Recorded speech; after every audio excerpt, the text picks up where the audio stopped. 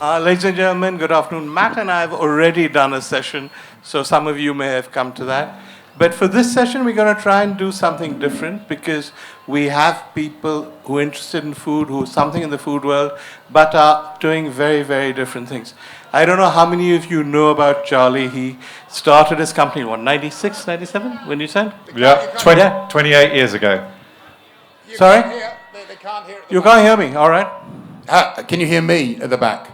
You hear me? That's all right then. So can you hear Nilosree? That's most important. Can you hear Nilosree? Okay. Hello. Hello. I'm going to try and say something and tell me if you hear me now. Yes or no? Yeah? If you can't hear me, shout. All right. I assume then that you can hear me. Okay, so I'm going to start with Charlie.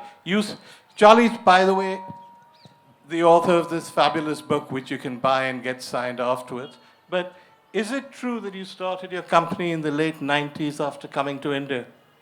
Yes, that's right. I travelled with my wife, who's here, Claire. We drove a van from London and you to actually India did that and back. Overland? Overland, yes. In the 90s? Like in the 90s. 30 years after everyone else has stopped doing it. And discovered wonderful food along the way, of course. And why did that make you go back and open this? Well, I think my attitude. My attitude is that food is at the centre of life. Yeah. Every important occasion in life, births, marriages, deaths, celebrations, food is what we do together. Yeah. And so food is so important to us. And obviously, it feeds. In my view, it feeds not just the body, but it feeds the soul as well. Yeah. We have our happy memories around food. Yeah. So when I was starting a business, I thought, wouldn't it be wonderful to start a business in food, which is what I've done, and I've been hugely fortunate that I'm still doing it nearly 30 years on and loving it every day. But also you chose a slightly unusual sector. You did meals that people could eat at home, and you went up against the supermarkets and the big industrial companies doing their own meals, often the same dishes or similar dishes at much lower prices. But despite that, you flourished, you successed, you also was a name to reckon with. How do you think that happened? Well, I suppose I brought a certain attitude to food. In the UK, we have quite a lot of pre-prepared food, and I looked at it as a consumer and someone who loves food, and it wasn't for me. It was full of additives and preservatives, tended to be cooked in a microwave. There was very little joy in it. And so I wanted to build a business which made food, which was fundamentally about joy, but also was very thoughtful in the ingredients it used, where those ingredients came from, how they were produced, and also run a business in a way that fulfills my belief that business is a force for good. And you were doing this long before anyone had heard the phrase ultra-processed foods. Yeah. Now there's a huge fight back and a huge campaign against ultra-processed foods, which is most supermarket ready meals. And you're already away from all of that because you make food normally with natural ingredients. Yes, that's right. We only use ingredients that I would be happy to have in my own kitchen at home. And I think it's a scary thing, this ultra-processed food. Yeah. I'm not sure. Is it a big thing here in India, ultra-processed food? Does anyone just stick out your hand if this is a sort of something that people are talking about? Okay, not very much here. No. But in the UK and in America, it's a big deal. There have been, I think, 17 studies published in the last few years linking ultra-processed food to all sorts of cancers, heart disease, dementia. And diets in the UK, the average UK adult, 60% of their diet is made up of ultra-processed food at the moment. So there's a sort of growing body of opinion that says that ultra-processed food may be the next tobacco, even that bad. So I'm very proud that we've always stood against that. And it's exciting now that the debate is gathering momentum, and I think people in the UK are being much more thoughtful about the food they eat, and I think that's a great thing.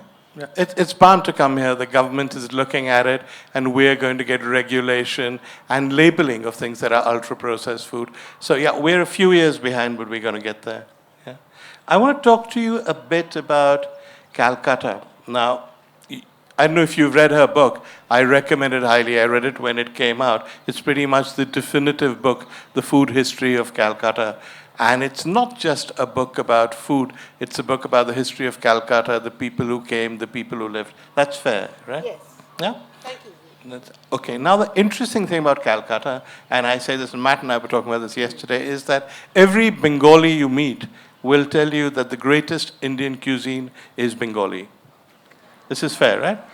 This is fair. All right. Now, I won't ask you whether it's right or wrong because I know what you'll say. But here's the interesting thing, that every great dish that's come out of Calcutta has damn all to do with Bengalis. The Nizam's roll, the Calcutta biryani, I can go on and on. Yeah, but why is that?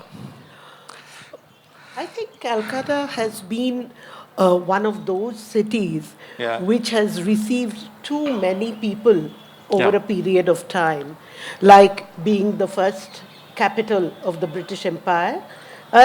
People have been coming and hello. If somebody clap for that, great. All right. Oh my.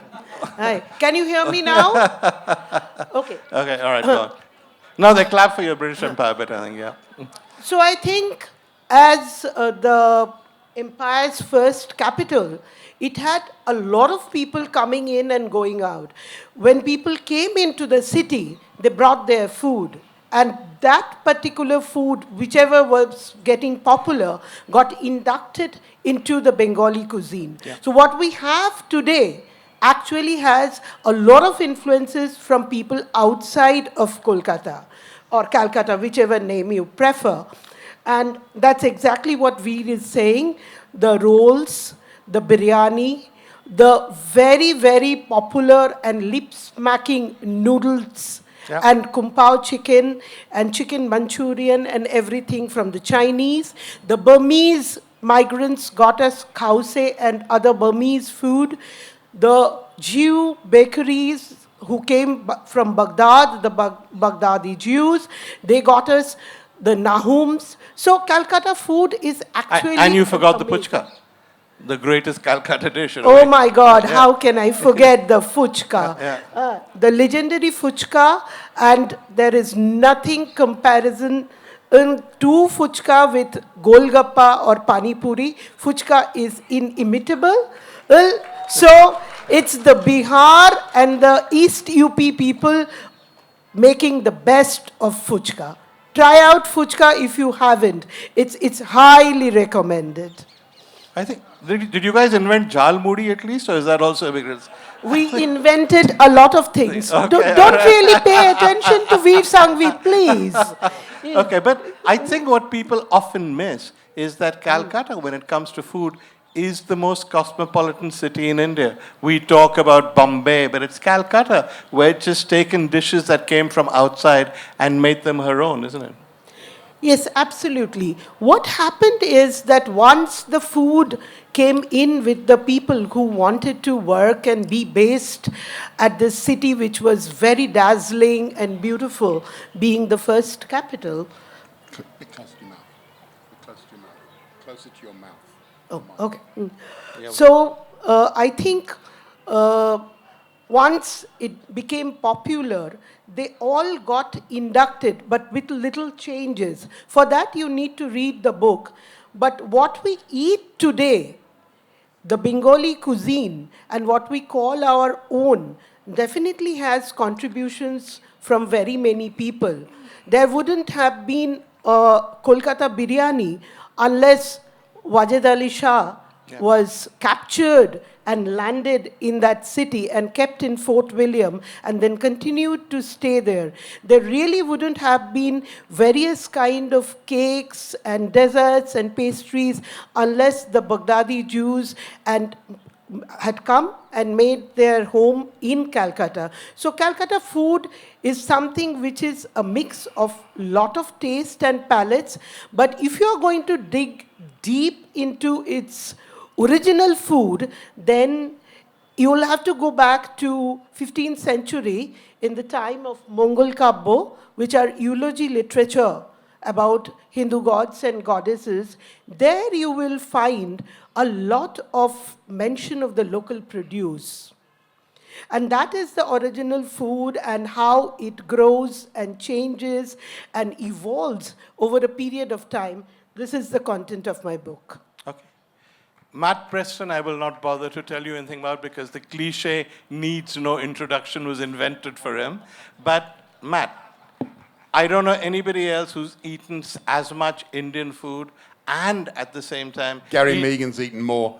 Gary Megan is obsessed with the food of Nagaland. How many people here have been to Nagaland? Hands up, who've been to Nagaland.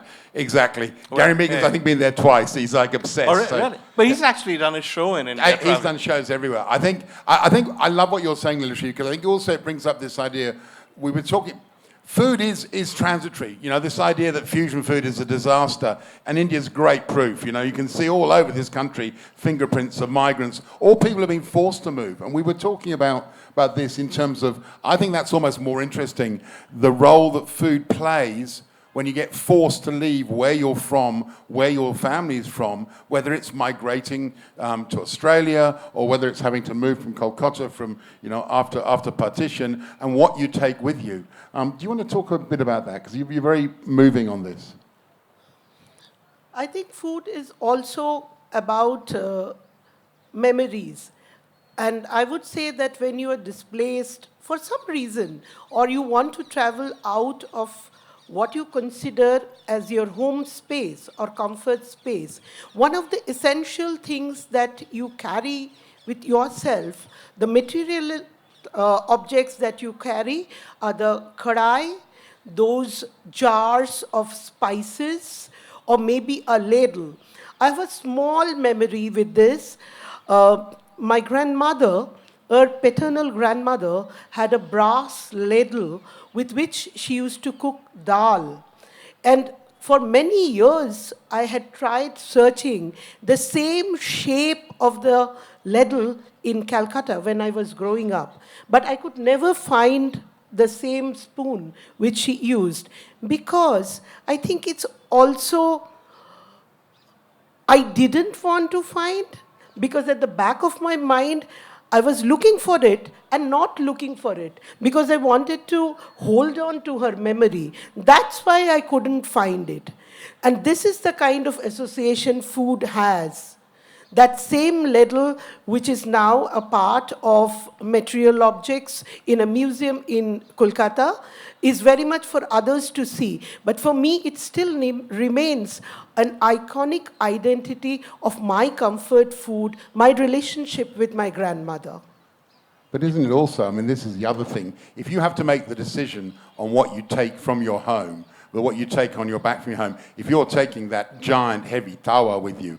And, you know, George's mother arrived in Australia with a mortar and a pestle, a large heavy granite mortar and a pestle, which they confiscated because they thought it was some weird Greek weapon. So we do this, and this gets us back to the essence of this session, which is this idea about the odd popularity of food. Now, for me, as someone who's written about food for 30 years, I don't understand what's odd about the popularity of food. It's so central to who we are. We define ourselves by it. It references our religion, it references where we're from, but also, more importantly, it predates everything. The first paintings ever painted are in Indonesia, outside Makassar. 700 caves, 500 paintings. The vast majority of those are paintings of game, they're paintings of fish, they're paintings of other stuff you can eat. So this is the first painters 50,000 years ago painted dinner. The first first recipes date back 4,000 years. You know, the cuneiform tablets, the Babylonian tablets. So this has been, civilization starts because of food. Did anyone go to the nomad session? So they're excavating what is seen as one of the earliest civilization spots in southern Turkey. And one of the things they've found is these 6 big pits around this amazing temple structure that were either for making gruel or beer. And the idea was, if you want people to come and help build these temples, you need to feed them and give them drink. And then if you're going to make 160 litres times 6, you need an awful lot of barley in order to make that stuff. The same thing in southern Sweden, 10,000 years ago, same period. hunter-gatherers come together to wrap fish in seal blubber and pine bark to ferment them, and they bury them in this massive pit. So rather than it being, you know, one clan of people, 50 people, you're talking about hundreds of people coming together, not fighting, making food together. So food drives civilization. So I don't think there's anything weird in us being mildly obsessed by food. I think there's nothing odd about that. And I think food is such an important part of memory as well, isn't it? Yep.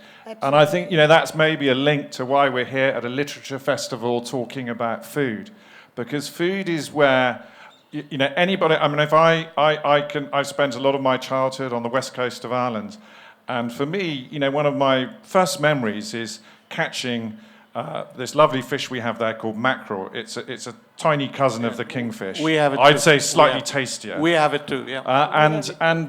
Catching mackerel and landing on the beach and going and picking up driftwood and making a fire and cooking it straight away on the fire and handing it out to my family on hot stones. That was something I was doing from the time I was 8 years old.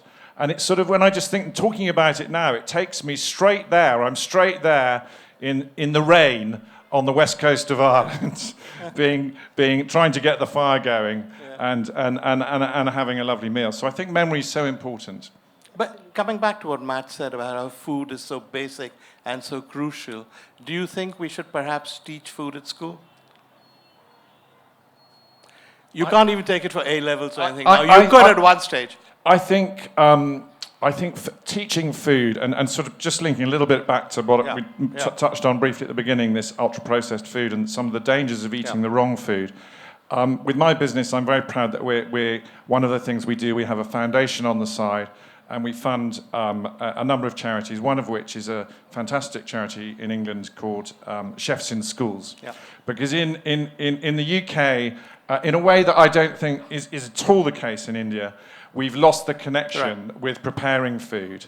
And so this charity, working with this charity, what we're trying to do is introduce kids at primary school age to cooking healthy food and good food. And if you form those habits young, they stay with you for life. And it's an amazing life skill. But this is also, teaching food should be one of those things that happens at home.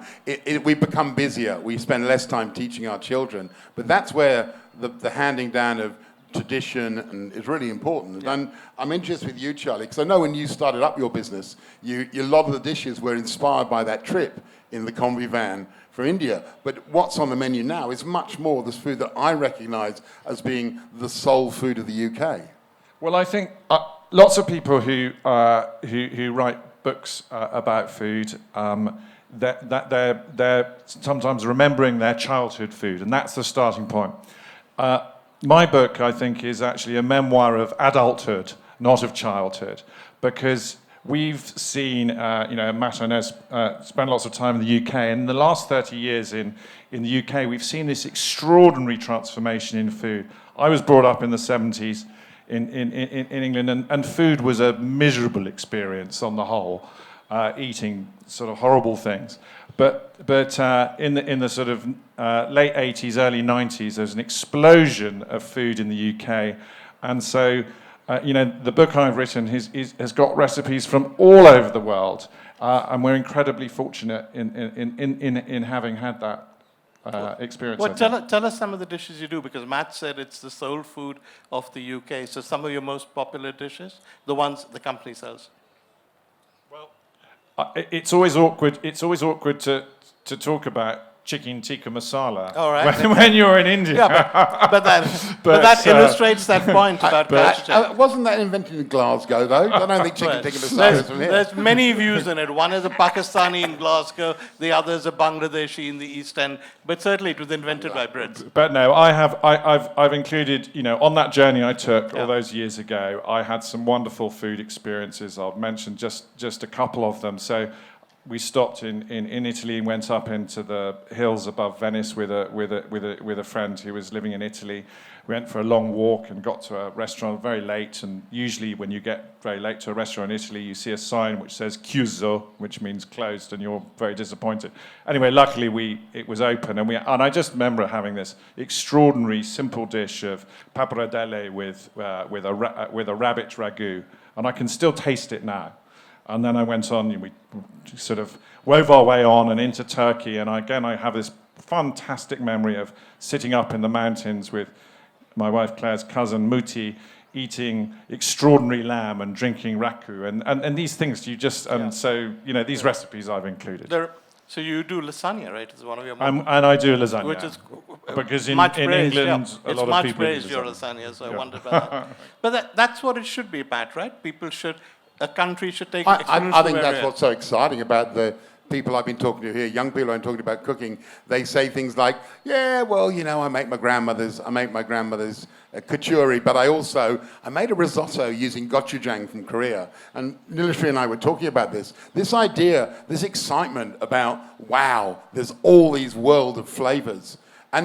And I think it's really important to acknowledge, one of the things I was doing research for this, I haven't told you this, Vir, but I was trying to find, historically when we write about food, we either do one or two things. It's a shopping list. For the feast, we bought 200 oxen and 300 sheep and blah, blah, blah. Or else it's a very much a kind of take two of these, cook that with that, do that. Very simple. There's not a lot of discussion about flavor, about what things taste like. And the earliest example that I can find where people actually talk about the flavor of things is actually Indian. Do you want to talk about the book? The Ayurvedic book? Yeah. Matt and I have been talking about the earliest flavors, and in fact, I was fascinated to know that Matt had an encounter with Shushruta Songita, which is also one of the earliest books for therapeutic medicines. But what possibly fascinates you when you leaf through Shushruta Songita is the distinct naming and using of flavors for a particular health situation. Like I know there are flavors and ingredients mentioned for the healing of inflammation. Mac had read something on the surgery part of it, I think. And also this idea, in India there are 3 different types of rice. This one in summer is sweet, in winter it's bitter. This one is astringent. This one is, amazing. Like you don't see this. So this idea of talking about flavor, and you really don't see flavor being discussed till much later. I don't know, Vir, with your experience, whether you can think. I was trying to think of anything else. I looked at De Cucina, the Abacus book, trying to find whether there was a place. The only other thing I did find, which was interesting, this is 4,000 years ago. At the time as they were writing down those very first recipes on Babylonian tablets, they were also taking the mickey out of chefs. They were taking mickey out of those chefs that write those. There's just something I'd like to read to you. This is from what's known as the Jester's cuneiform, and it's a what to eat each month. And the Jester is taking the mickey out of those rich people who are obsessed with food. I'll just read one to you. In the month of Tepetu, what is your food? You shall eat the egg of a goose from the poultry house, resting on a bed of sand and a decoction of Euphratean seaweed. If that doesn't sound like it's come at a Heston Blumenthal restaurant, I don't know what does. So obviously, even 4,000 years ago, it's common enough that there are... I don't know. Can I say the word wanker? Can I say the word wanker? Can I say the word wanker? No. Obviously back then, in Australia, it's a bit of Australian vernacular. There were foodie wankers, rich foodie wankers, all the way back 4,000 years ago. So that pretentiousness of, a melange of this, a trio of that, goes all the way back. It was obviously so common that you would take the time to carve a stone tablet with gags about how ridiculous they were. We have that now in India, and I think you probably have to accept your share of the blame because most of these foodie wankers appear on MasterChef Australia, including the one you just mentioned. Yeah, very true, very true. I'll put my hand up and absolutely own that. But what's interesting is that if you look at the downloads, and this, Charlie, I've been to your view on this, If you look on the downloads, I write for a website called taste.com.au. We get 800 million visitors every month, so we have a really good idea of what people want. It does not change. Every Christmas, it's trifle and pavlova. Every beginning of winter, it's pumpkin soup. In the UK, and the recipes that resonate in books that we write as cooks, that it's the lasagna, it's the spaghetti bolognese. And much as we'd love to put a kind of an original 18th century Thai massaman curry in there, I know it's not going to be cooked. They're going to go back and they're going to want to do the boeuf bourguignon, which is, it's a very safe area. What do you think? I think I don't know, Matt, I'm going to disagree with you slightly. I think in the UK that we're opening up to experiment more and more with food. I know from the feedback I've had on my book already, the most popular recipe in my book that is being cooked is chicken with ginger and cumin and honey and almonds, which is really nice. And that's not. Where's that's the not recipe from originally? Where do you get it from? I think it's a Middle Eastern recipe, and it's particularly nice with do it with a Persian rice also in the book, which is with saffron and butter and pistachios. And I think people are open to these things. Yossel Montelengi's success, most successful cookbook writer of the last 5 years is absolutely. And the fact that the British now the British never used to eat vegetables very much. They weren't very good with that, and now they're embracing vegetables as well. Yeah. I just think we tend to, and I think this goes back to Nilosree's point. We tend to go back to that comfortable place, that food we're familiar with, the food that we love, because that's it's great trying a new recipe, but it's a risk. What if the kids don't eat it? The world's worst terrifying thing. You make something, the kids go, or as my daughter's case, she'll sit there and go, "Don't ever put capsicum in that again." That kind of stuff that they do. They're brutal. So part of this thing about, we talk romantically about food, but for most people, food is a chore. Food is something you've got to do. From the primary carer, food is something you've got to do, a dozen times a week, again and again and again and again. So in Charlie's case, and you're very big on this, your job is to find that solution, that recipe, like that chicken recipe where the kids go, "Oh, let's have Charlie's chicken again." Yeah, and I think it's just so important to get people involved in cooking. I'm really interested here in India. How many people cook? Just stick up your hands. You cook several times a week? Oh, wow. Oh, fantastic. Look at that. That's a lot. That's a lot. Isn't that sort of heartwarming to us all that everyone's cooking? How many people cook from traditional recipes given to them by their mothers and grandmothers? Okay. And how many people cook from recipes they've seen on the internet, read in books? So about equal, right? That's interesting, yeah. I think there's I see quite often people have a fear of cooking because it can be performance, and people can be worried, like, we've got guests round, we've got family round, I've got to get it right. And I think one of the things I really believe strongly in is getting people involved.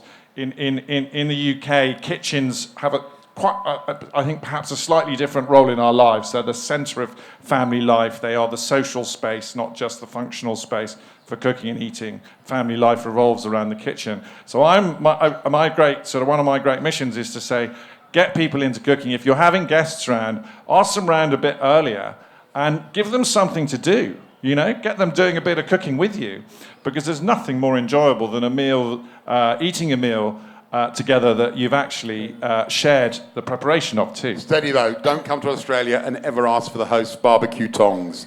The tongs remain with the host. It's the ultimate thing. If you try and take the tongs, there'll be trouble. All right, I'm gonna throw this open. So if you have any questions, please put your hand up. Just one. All right, sure, go ahead. One little addition. You involve people in cooking is something which is very much in India, because the kitchen is a very collective space also. My grandmother's generation, people who were not really doing the act of cooking, they were chopping the vegetables, they were gathering the masalas. I think that idea of women bonding was very much a part of Indian kitchen. And I see it now opening up. I see more gender neutral roles coming in. And I think it's something which we can share with the world because we already have it. Yeah, it's really good. And certainly from my point, the first time I was recognised as a food writer was going to a langa, the Gurdwara in Blackburn, and cooking along with the people cooking that lunch. And that was an amazing experience. And I have firm memories. This is like you on the beach, Charlie. I remember the shemiza, the shirts, as they're flapping the chapatis. And there's a sailing like sails and multiple colours, a dozen women making the chapati together. It was a really special moment. And I think that those are the things where you suddenly find yourself in an alien space, but it feels so familiar and so beautiful. Okay, so anybody with a question? All right. Shall we start at the back? Because people at the back never actually get recognized. So is the pushy people at the front to get her. All right, somebody at the back there, I see a hand up there. Could you please stand up and we'll give you a microphone? The format is you tell us who you are, tell us who the question is for, and then we'll direct it.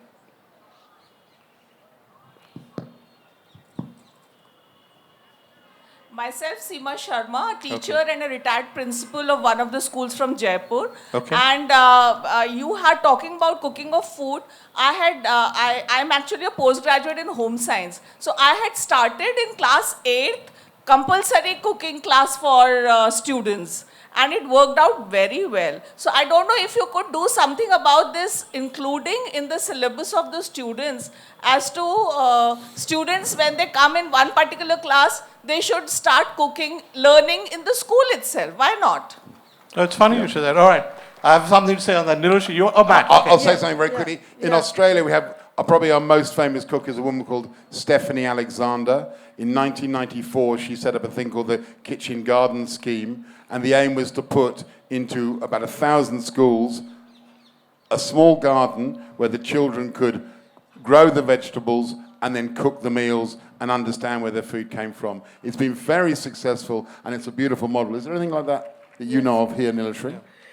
Yes, here also in India, what Mrs. Sharma is saying, it's a model that was taken by the English education. At the beginning of the English education, we do have 15-year-old girls being trained into cooking, and that is how they had learned to make their first cup of Darjeeling tea or an omelette or to toast a bread, food that was being introduced.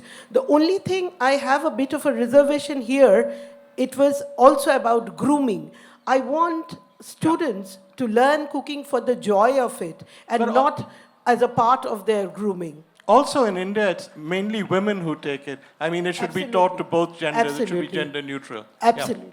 Yeah, Mr. Sharma, it's interesting you should say this because there was a conference last week in Madrid called Madrid Fusion, full of all the chefy wankers that Matt has been referring to. And one of the things they asked was that food should be taught. And Heston Blumenthal, who he has also referred to at that conference, said that food actually combines everything you're going to study. There's chemistry in it, there's physics in it, there's art in it if you do it properly, there's math in it, and it's extraordinary that you don't bother to teach it and treat it as something that people should never even learn outside of their homes. Further, he said, it's like art. It's integral to living, but at a pinch, if you don't have art, you'll survive.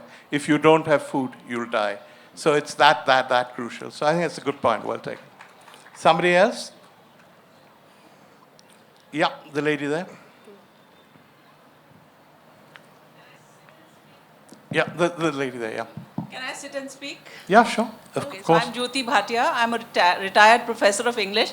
And to add to what you are saying is that if the daughters or the sons both stand with their mothers in the kitchen, they will learn how to cook.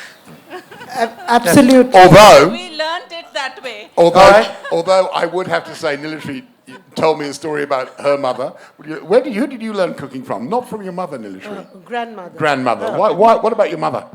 My mother was a terrible cook. She was absolutely disinterested. Fair enough. Somebody else? Now let's do somebody in the front. Gentleman in the first row, in the cap. I mean, this is not related. I think you can stand up. You don't have a problem, yeah. And identify yourself as well. I'm Arjun. I just want to ask Matt, like, what's next? The book is there, and where will we see you next? What's exciting on the horizon for you? I'm a bit of a food history nerd, so this last year I went out to Sulawesi and almost died walking up. Did you know that in Indonesia they have cobras too?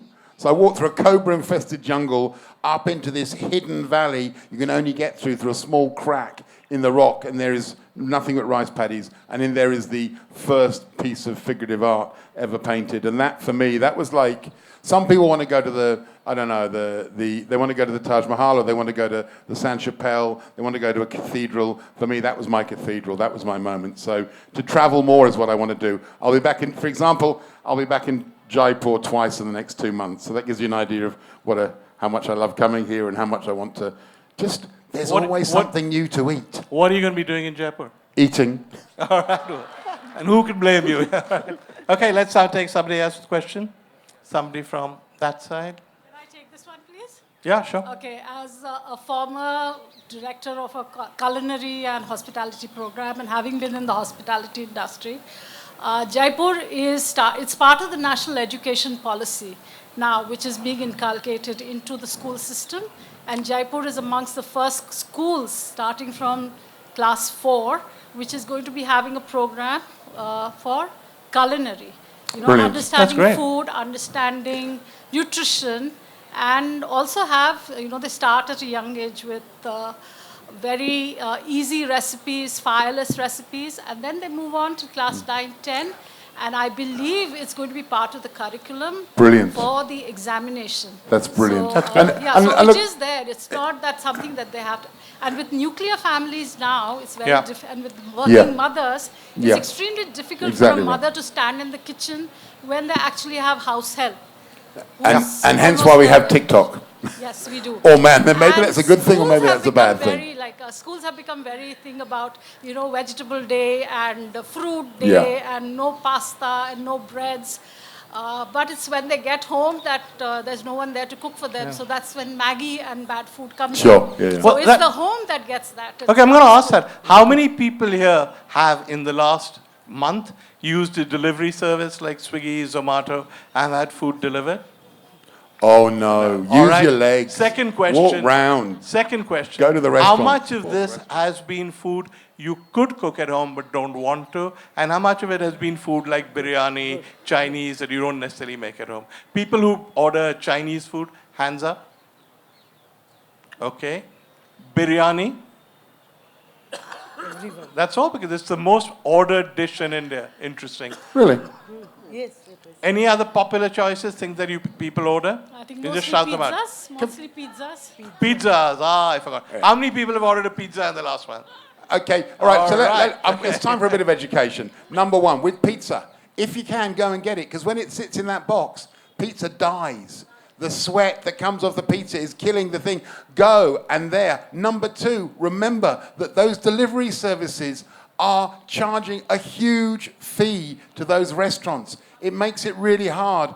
Go to the restaurant, support your local restaurant, use it or lose it, because I don't want my money to be sent to Ireland or Amsterdam because they're not going to pay tax here, because they're dodging the tax system. I want that to go to the local community and the people who've always been there feeding us. I think it's really important. Absolutely. All right. How many people here have cooked in the last month using a recipe from YouTube? Okay. And now how many using a recipe from a book? So YouTube wins on balance, right? Yeah. So is it the same in the UK? I'm sure it is, and I think I use YouTube sometimes. I think it's a bit chancy with YouTube. I find it's a bit chancy because you can get good recipes and you can get bad recipes. Well, it's true books as well. I think if you find a book or a writer that you like, I think you can then you sort of can go through their go through their whole work and explore the whole range of recipes they like put in front. Matt in his other hat, I mean, part of non-television is what? You're one of Australia's best-selling food recipe writers? Yeah. And look, that whole idea, I think it's a suite of things now. I would absolutely agree with you. Find a site where the recipes are triple tested. Find a site where there are comments from people who've made the recipes, and then look for the recipes that are highly ranked, because people who've cooked the recipes will give you the best honest answer about whether it's good. Avoid stuff that, I mean, there's so much stuff in those 30-second ads that is horrible. There's a wonderful website where an Australian woman from Sydney does all those things, like trying to make dulce de leche in a microwave, and it just burns and bursts into flames. So invariably, there's often a lot of cheating going on. But find someone you trust. It's like finding a friend who gives you recipes. Whether it's a recipe book or a website or a social media site, find someone you can believe in and trust, and who delivers when you cook it, and then become friends with them and use their recipes. Yeah. I also would like to recommend taking a flip into recipe books, simply because you know how the woman or a man who has written the book was functioning at that point of time. You must go back to old Indian cookbooks to see what was available in the market. There's a deep connect between the market and the cookbook being written. You will definitely find it very fascinating what was being sold and what are the list of ingredients they were using at that point of time. Some of them you really may not find now, but that's the fun part of reading a cookbook. Okay. Somebody else with a question? Because we're probably the last question, you're running out of time. Somebody from this side, yeah? Okay. Yeah, you. No. Yeah, okay, all right. Let's get the question. Yeah. Let's get the question first. Yeah. Yeah. Where is the mic? The mic, okay. All right, look, you can both ask one, but ask one quickly. Yeah. Cool. Okay, quickly. Well, hi, I'm Tanvi. So my question is that I was pretty much raised in about 11, 12 years of age to learn cooking as a chore. Okay. And today I see a lot of our friends and us have helps cooking food for us. And there's a thing in India where we say, maa ka khana. Yeah. You know, where there's this taste of mother's hand. I would like to kind of leave this question to all the authors in the panel, that is there something that you recognize that is specific to the intent of the cook that comes through in the food? Is something that I'd like to leave. And the lady behind you also had a question. We'll take both your questions together.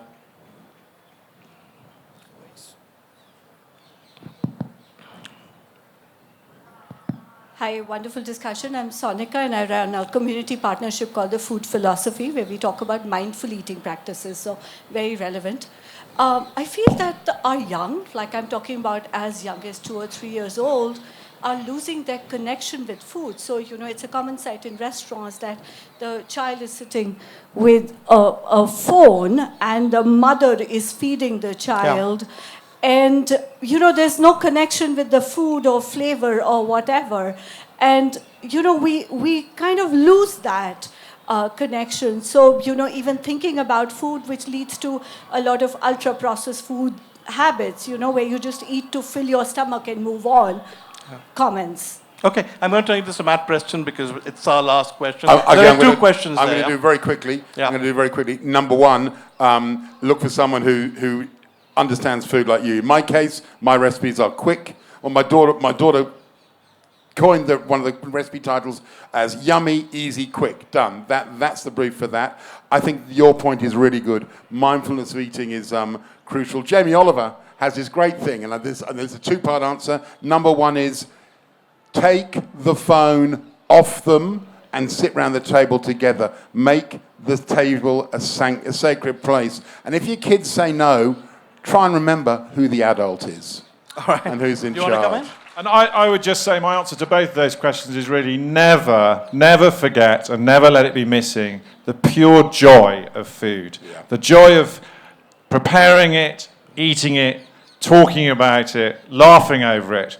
Food is a wonderful, joyful thing that we should all celebrate every day. Thank you. Nilosree, last word. All right. Last word, Nilosree. Yeah, come on. Food opens conversation like we are having now. So stick to food. All right. I don't think anybody could have put it better Can I ask, would it be worth maybe at one JLT just have a session where we can all sit in a room maybe and just talk about what food matters? Because I think what's been great about this has been the points we've had from, and thank you to the teachers for what you do, because you're amazing. But just to have this conversation, there's so many great ideas here, more than answers. It'd be great to, have a broader, longer discussion. Well, come back next year and we'll do it. If that's okay, I'd love to. Absolutely.